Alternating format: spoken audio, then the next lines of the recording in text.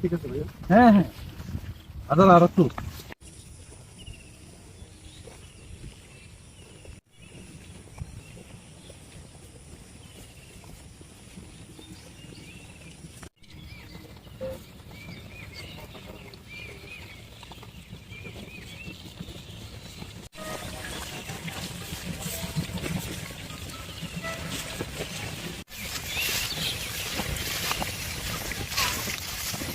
পিয়াসাবেলা সন্ধ্যা 7টার সময় 12 নামাজ দিছে, হাজার আলাদা থেকে বিলাস করে নামাজ দিলে লোকটা পানির মধ্যে সারা রাত যাচ্ছিল কনা খাওয়ায়।